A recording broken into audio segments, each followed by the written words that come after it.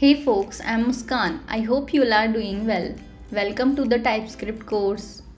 I already explained little bit about TypeScript, but let's deep dive into this. If you already know about TypeScript, then you can skip introduction part. So what is TypeScript, what it is all about, and why would we use it? So TypeScript is a JavaScript superset, which means a programming language that actually built up on a JavaScript. It's not a brand new language, instead it takes the JavaScript language and adds new feature and advantages to it. You can say it takes JavaScript to the next level. With TypeScript you can write less error prone, much better and cleaner code. And we will also use some exciting new features which don't exist in JavaScript. But we have one huge disadvantage, that TypeScript can't be executed by JavaScript environment like the browsers. Node.js also can't execute the TypeScript. So how we can execute TypeScript? We will learn in this video. In this course you will learn TypeScript from scratch.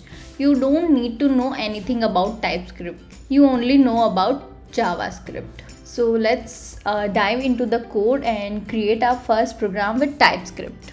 I have already created this folder TypeScript and added two files here, index.html and app.ts. You can simply open this folder in any text editor of your choice. Here I am using Visual Studio Code. For now you can create only these two files. From this TS file, TypeScript compiler will generate one JS file which will interact with our index.html file. And in index.html file, I will write some code.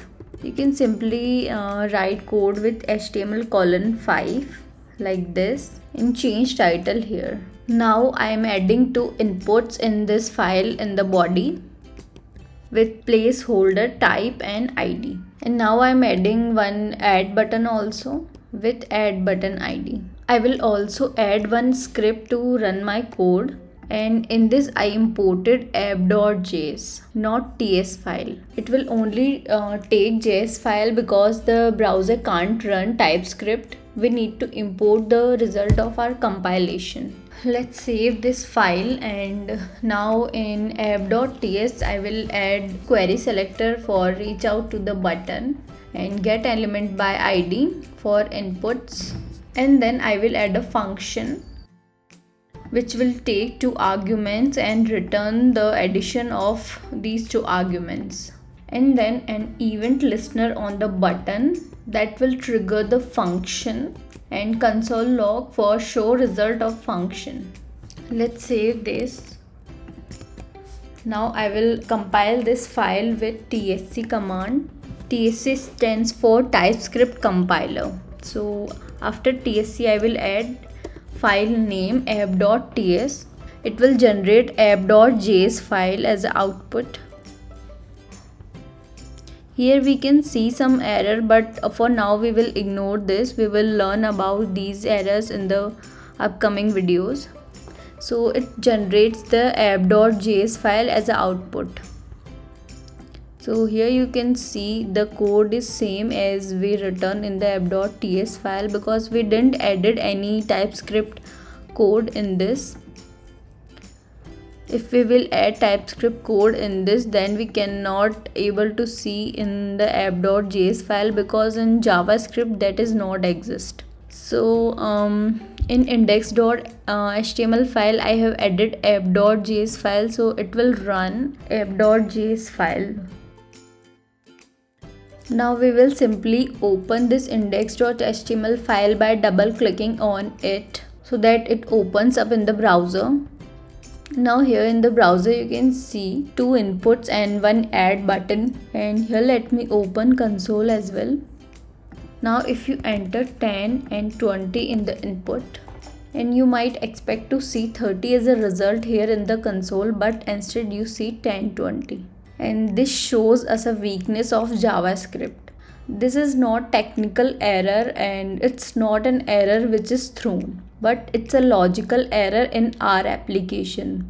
Because in JavaScript when you access the value of an input element, it's always a string. no matter which type of input is this. And if you add two strings in JavaScript, they get concatenated instead of added mathematically.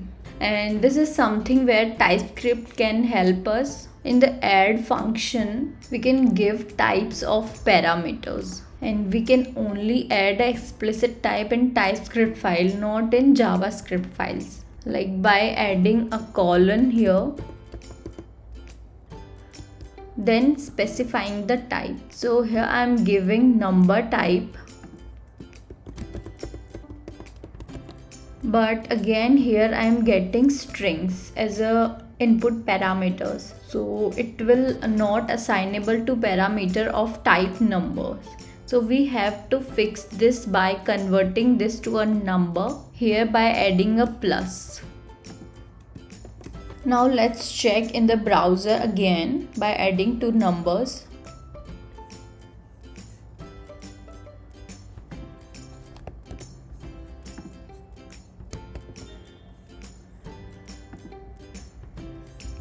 We are getting 30 now.